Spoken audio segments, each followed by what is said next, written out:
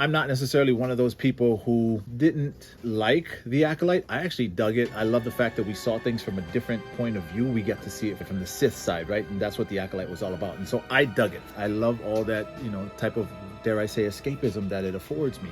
And that's why for a lot of my podcasts, if you saw, I talked about that. I talked about the things that I did like. And we had some misses, obviously. And there were some very, very uncomfortable moments in that. The power of one. The power of two. The power of many. But we are here today to talk about Skeleton Crew, which is the next show coming up on Disney Plus. And so that's why I wanted to preface it with, I like The Acolyte. So here's what we know, right?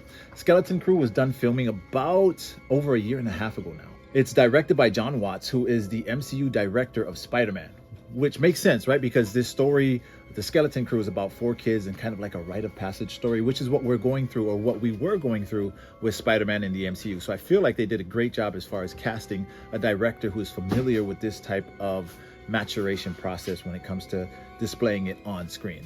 When discussing a major franchise like Star Wars, there are absolutely things that must be kept secret to get the audience's reaction the studio is looking for. And she gives an example.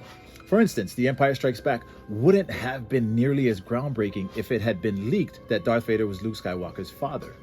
Absolutely, right? I think we can all agree on that. Star Wars relies on plot devices like plot twists to keep their audiences engaged. And so I felt like that was an absolute fantastic illustration of exactly what Star Wars does need or rely upon to keep the audience or us guessing, right? That's the reason why we keep coming back. Now, the reason why I'm reading you this quote is because for some reason the studios did this odd thing.